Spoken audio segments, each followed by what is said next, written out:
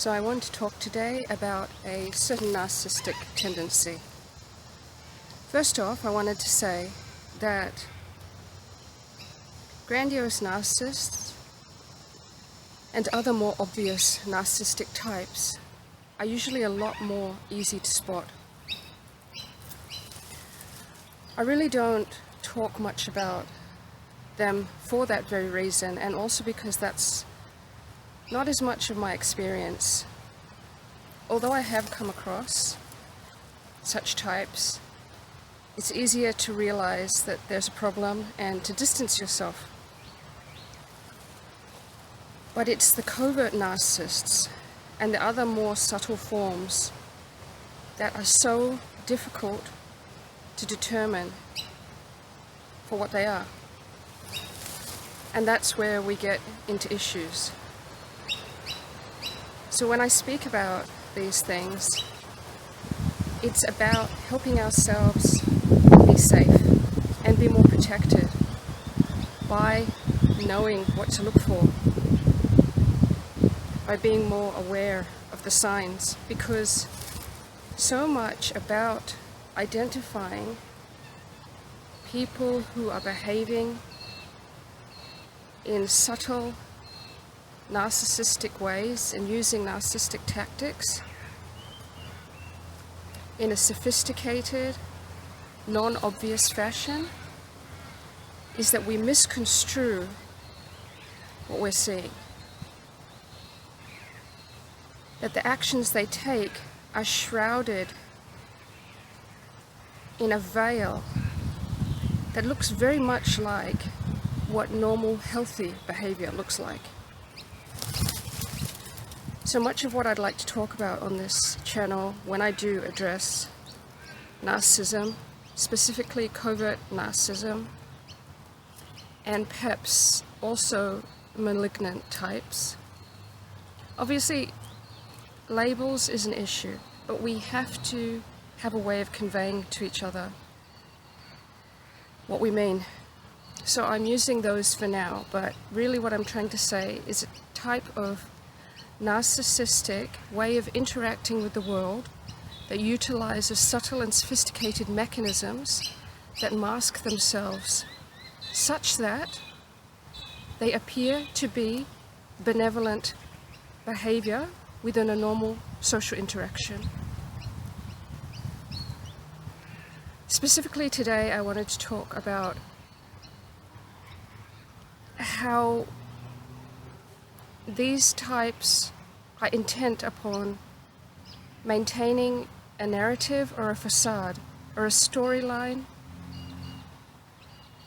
that keeps the way the world sees them intact in such a way that it helps them to continue to live the way they want to.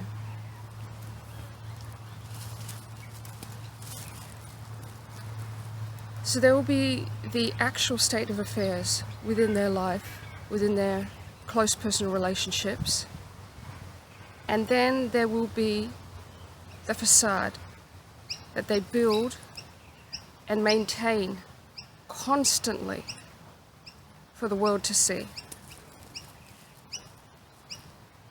They are eager, it's one of their top priorities, to maintain the perceptions of other people. Now, those closest to you, they will also, if you are kept close to a covert narcissist, your perceptions will also be altered. But it'll be a different thing. There are certain things they won't be able to hide from you, and so you will probably have a bit more insight into the way they operate. However, there will be a much more airtight narrative, a much more airtight facade placed for the rest of the world to see. They need to be perceived in a certain way, and they will go to extreme lengths to ensure that that stays in place.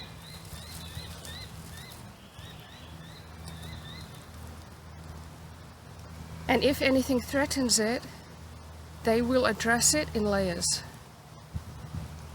They will make the most pristine narrative possible. But there'll always be some questions or cracks that will appear in the narrative. Some kind of truth that'll bubble to the surface. Some sort of person from the past who might show up and let something slip. At that point, they will minimize and twist.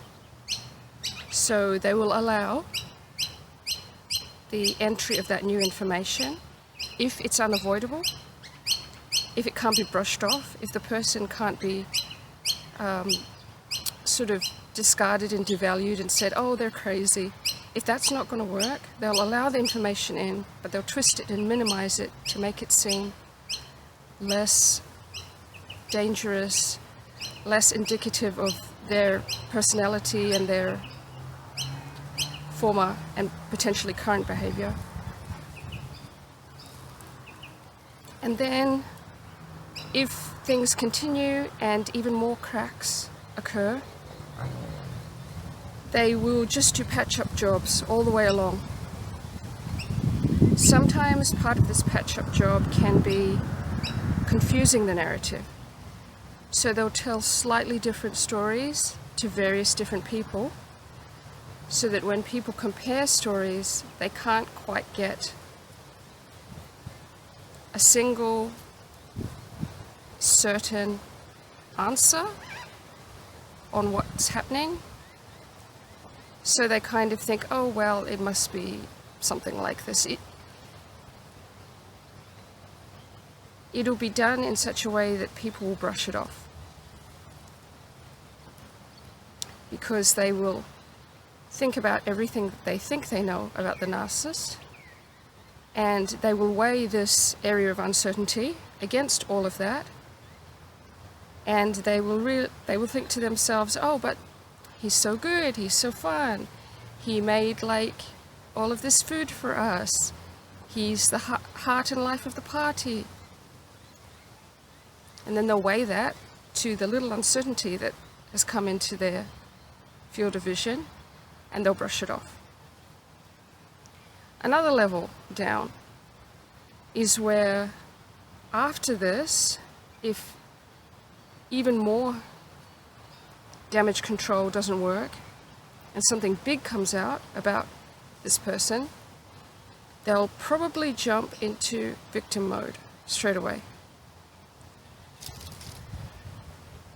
And it works because, like I just described, the people that they're presenting themselves to as a victim have a sunny, rosy perception of them that they have built up this whole time. They build up this sunny, rosy perception, kind of like a preemptive damage control. Sometimes it's conscious, sometimes it's subconscious for them about how much of a fuck-up they know they are.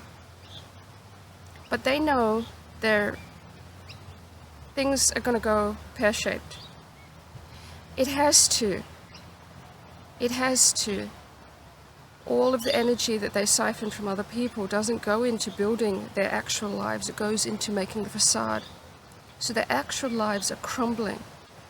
It's a rotten foundation, and one day it will break, it will fall apart. I think they sense that. Some of them consciously know that. But when it does, they've already placed this preemptive damage control perception, and it works and it holds up. So in light of what people think they know about this person, they do see this person as a victim. They do think, wow, yeah, maybe this person did something disgusting or horrible multiple times. Under any other circumstances, people would think this person was just vile. But when this person has done this much work, then people are unable to reconcile what they thought they knew about this person and what's now coming to light. And it's just easier and more comfortable And even people, I think, feel on the safe side of just giving the person the benefit of the doubt.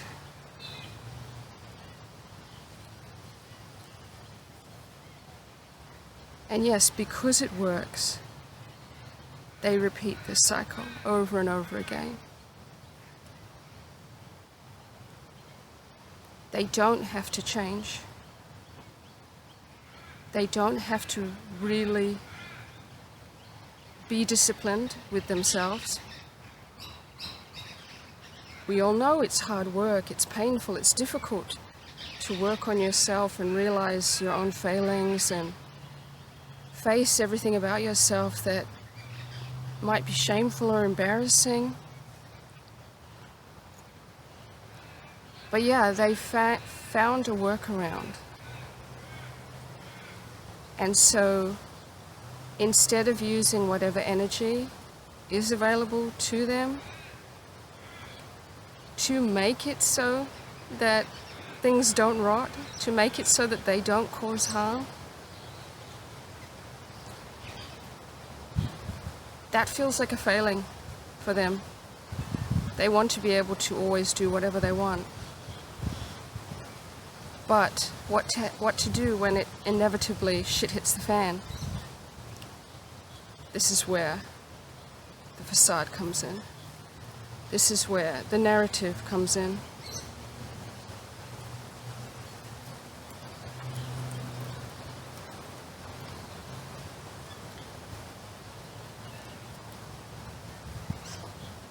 And once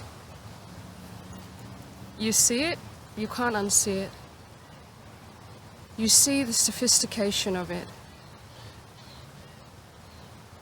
Because you know the truth. You know every time that person compulsively lied in a social setting when it wasn't necessary. You start to realize every time the person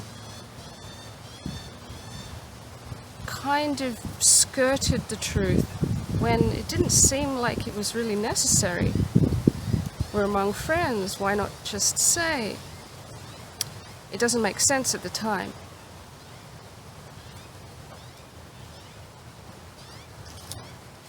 But if you realize that a huge amount of their time, resources, and effort, and energy that they siphon from here, there, and everywhere goes into bolstering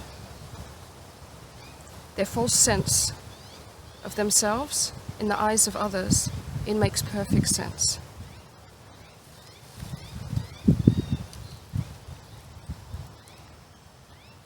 So the idea is to watch a person.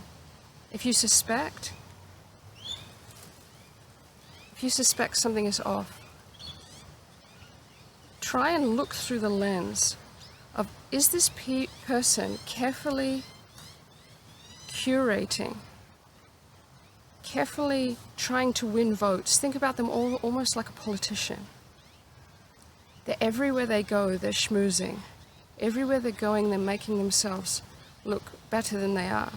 Everywhere they're going, they're rushing to present an idea of themselves. See what they say as well as what they don't say. What do they omit?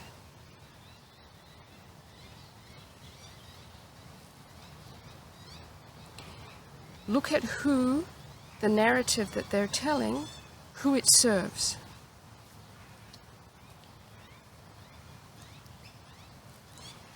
Because if they're serving themselves through a narrative like this, at some point they will probably allow you to be a fall guy within the narrative. So you'll think, if you're in a relationship with this person, or if it's a friend or something, you think if they're just trying to put, best foot forward and present themselves or us as a couple as, upbeat and fun people, and they'll include me in this narrative. But at some point you'll see that they won't. They'll put themselves up at your expense. So they might tell something about you that you wouldn't want told because it makes them look better. Because ultimately this is only part of how they work. Remember, the people closest to them are more aware that the narrative that they tell is false. So as part of telling this narrative, there's also another stage to it. It's that they know you're a liability, so they can't have you looking as golden as they do. At some point, they're going to need to isolate you from the people to which they've sold this narrative. And as such, they need to subtly start separating themselves from you in terms of status. So they might make you look a bit unstable, or make you look a bit less successful, or less fun to be around, so that they start to look like the one who's supporting you, taking care of you. And it may be at that point eventually, because they will have undermined your life so much, they would have affected your finances, your health, your opportunities, your friend group. But this is another thing to look out for. Does their narrative subtly start to include themselves more rather than you both?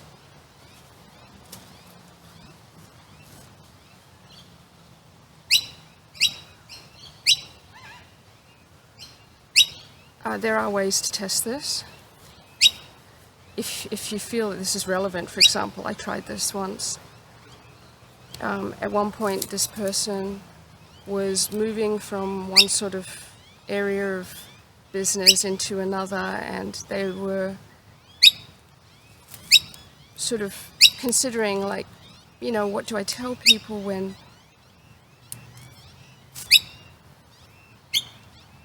they say, oh, like, I thought you were going to do this business and now you've decided not to. I said, well, just tell them that, you know, it's not your priority right now anymore, and that you want to focus more of your time on our relationship because it's been so rocky. And they immediately didn't want to do that. There was I could immediately sense that they didn't want to include me as part of the narrative. Because if you're with a covert narcissist like this, despite whatever they might try and convey, you are an option. And they will be eager to keep their narrative in place and just swap out their partner like a role. You're not a person to them. You're fitting a role within the fantasy story that they weave, using your life force energy, using your coherence and your ability to regulate and stabilize a system which is inherently unstable because it's completely rotten from the bottom, as I discussed earlier. So see subtle things like that being withheld from you. And like I say, this is the subtlety of it, because in a normal circumstance or in a normal relationship, it's not unreasonable for someone not to want to say that. You know? It might be like, I don't want to let people, you know my business. I don't want to make this about our relationship. I want to make this about, my purpose in life, and that I don't want to engage in this business anymore, and I want to do something different. That would be perfectly reasonable. And so that's what makes it quite difficult, is because even if you object, it's very easy for these types to duck and weave, and it sounds reasonable within the framework of what's normal in our society, what's normal in social interaction between people. But yeah, that is one way that I've found. It is difficult because narcissists tend to be inherently paranoid. And those of us who are not, if you're an empath or just a normal person, decent person, you would probably, as a rule, pride yourself on not going around being suspicious and distrustful. However, there comes a time where if you feel that maybe you're in a situation that is not normal, you need to inject some of that suspicion into the way you analyze the situations that you find yourself in. You need to test the situation. You need to see if things are not normal, because if you do know what you're looking for and you do test it, it will reveal itself to you. It's actually not difficult to spot these types once you know what you're looking for, and if you can get enough proximity to them and enough information to make assessments and test. If you can get behind the mask enough, if you can get enough insight. But for the casual observer, their narratives hold up pretty well. And this is how they manage to keep on fooling people and taking advantage of people and really, really hurting people.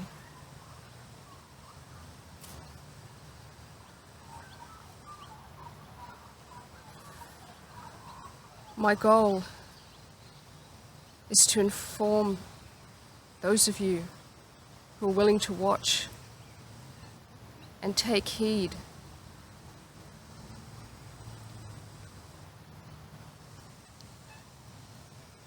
We can't control what they choose to do, and as I've said before, we have no need to. But our job is to be vigilant. Our job is to spread the word. Those of us who've been through the horrendous experience of narcissistic abuse, when we understand it for ourselves and we start to get that clarity, we start to have that pattern recognition that really starts to unveil what has occurred and how this works. I mean, it's quite a system. It's nothing that you can understand without going through it. It's difficult to be around all these people who can't see it, and that's why so many of us just take off. It's like speaking to brick walls. They can't see what we see.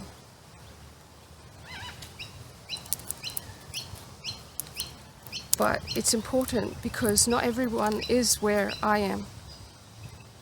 I remember what it was like when I was still just a few years into it and had no idea what was going on. All of the usual things, all of the usual benchmarks and anchors in a relationship, all of the usual ways of resolving things, nothing worked. And everything was just getting worse and worse. Because I couldn't see the pattern. I couldn't see the plays. And that's what I'm here trying to help anybody like me who's still in it and for whom it hasn't gotten as bad as it can get, and maybe can extricate themselves, get themselves out when they see, when they recognize what I'm speaking about. Well, I hope this message helps. Please do share any experiences down in the comments. Do like, subscribe and share this video with anyone who you think might benefit from it. Till next time.